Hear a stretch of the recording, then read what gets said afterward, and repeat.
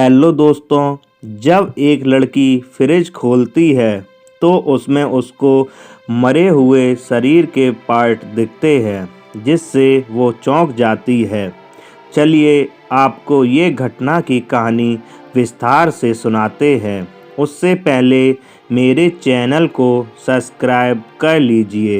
ये कहानी है लखनऊ के आलमबाग की। आलमबाग में एक परिवार रहता था। उस परिवार में पति रमेश और पत्नी सरला और रमेश की बेटी पुष्पा रहती थी।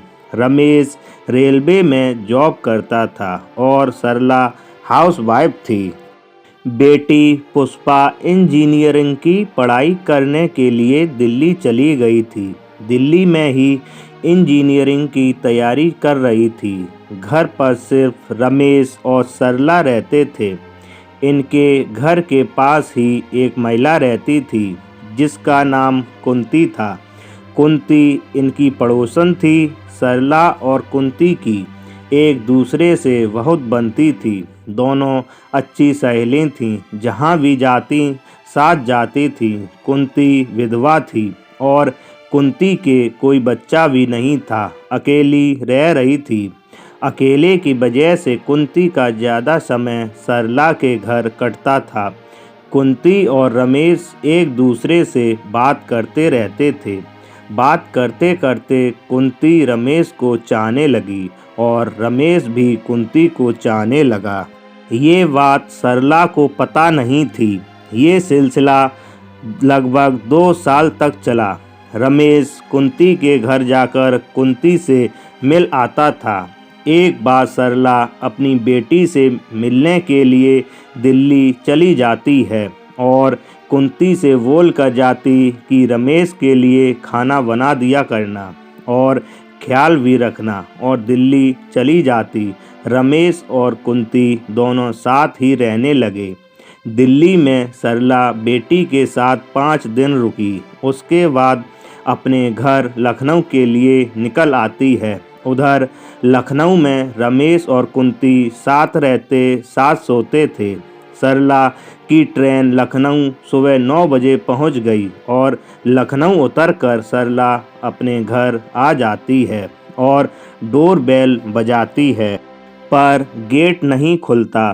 करीब 5 मिनट बाद गेट खुलता है और घर के अंदर रमेश और कुंती थे। उन दोनों को जब साथ में सरला देखती तो चौंक जाती और पूछने लगती, आप सुबह सुबह कैसे घर पर?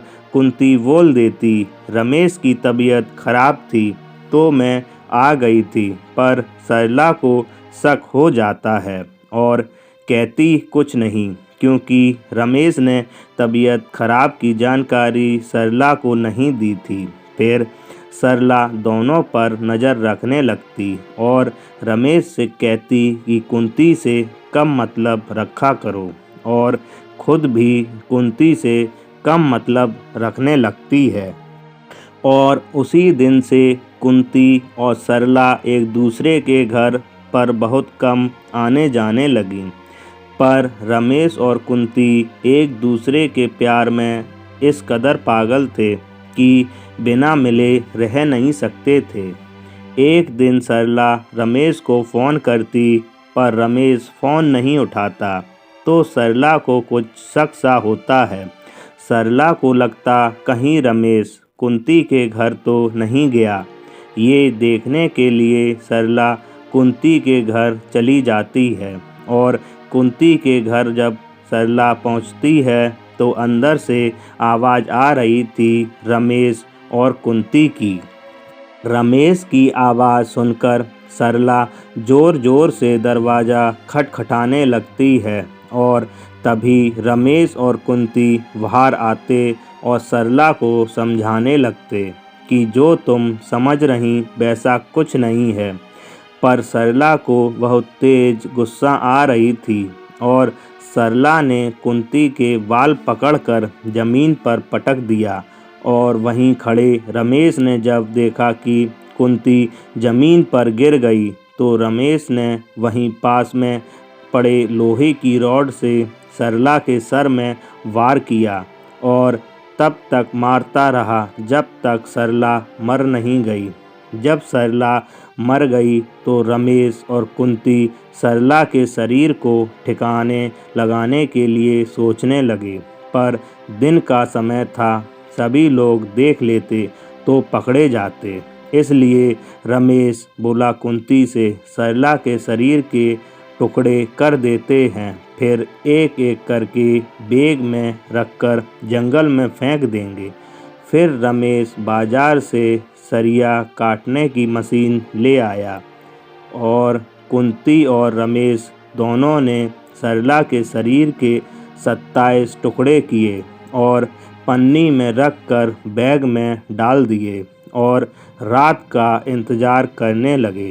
रात होते होते रमेश के नंबर पर रेलवे ऑफिस की तरफ से फ़ोन आ जाता है और रमेश को ज़रूरी काम से बुला लेते हैं, जिस वजह से रमेश सरला की बॉडी को बाहर नहीं ले जा सका और सरला की बॉडी को फ्रिज में रख कर ऑफिस चला जाता है। उसी रात सरला की बेटी पुष्पा अपनी मम्मी को फ़ोन करती, पर फ़ोन ऑफ जा रहा था, जिससे पुष्पा अपने पापा रमेश को फ़ोन करती और बोलती, पापा मम्मी से बात कराओ, मम्मी का फ़ोन ऑफ जा रहा है। रमेश बोलता, मैं अभी जॉब पर हूँ, घर जाकर बात कराता हूँ।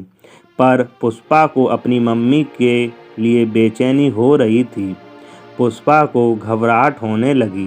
तभी पुष्पा लखनऊ के लिए ट्रेन पकड़ लेती और सुबह 7 बजे तक लखनऊ आ जाती है और अपने घर पर पहुंचती है तो वहां ताला लगा देखकर चौंक जाती है और अपने पापा रमेश को फ़ोन करती और कहती, आप कहाँ हो और मम्मी कहाँ हैं, घर पर ताला डाल रखा है। रमेश कहता, मैं अभी आता हूँ घर पर, मम्मी का पता नहीं कहाँ निकल गईं, मैं तो रात से ही जॉब पर हूँ।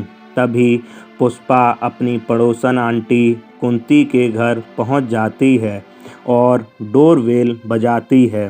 तभी कुंती बाहर आती और पुष्पा को देखकर चौंक जाती। पुष्पा से कहती, बेटी इतनी सुबह एकदम से कैसे आना हुआ। तब पुष्पा कहती, मम्मी का नंबर ऑफ जा रहा था, मेरी बात नहीं हुई तो घबराहट हो रही थी, इसीलिए चली आई, पर घर पर ताला डला है, पता नहीं मम्मी कहाँ हैं और पापा जॉब पर हैं, इस वजह से आपके घर आ गई। फिर कुंती पुष्पा को अंदर बुला लेती और बैठने को कहती और पुष्पा के लिए चाय बनाने के लिए चली जाती है। तभी पुष्पा को प्यास लगती है और वो पानी पीने के लिए वहीं रखी फ्रिज खोलती है। जैसे ही पुष्पा फ्रिज खोलती वैसे ही उसमें से अजीब गंध सी आ रही थी। पुष्पा ने जब फ्रिज में रखी उन पन्नियों को देखा तो खोलकर देखने लगी। जब पन्नी खोली तो उसमें सरला के शरीर के हिस्से रखे हुए थे। पुष्पा चिल्लाने लगी और रोने लगती है और घर से बाहर आकर मोहल्ले के लोगों को इकट्ठा कर लेती और फ्रिज में रखी अपनी माँ सरला के बॉडी पार्ट दिखाती। कुंती भी वहीं थी, चुपचाप खड़ी थी। तभी एक आदमी पुलिस को फ़ोन करके बुला लेता है और कुंती को पुलिस पकड़ लेती और कुंती से सब कुछ पूछने लगती। फिर कुंती सारी बात पुलिस को बताती है, जिसके बाद पुलिस रमेश को भी पकड़ लेती और कुंती और रमेश को मर्डर केस में जेल भेज देती है।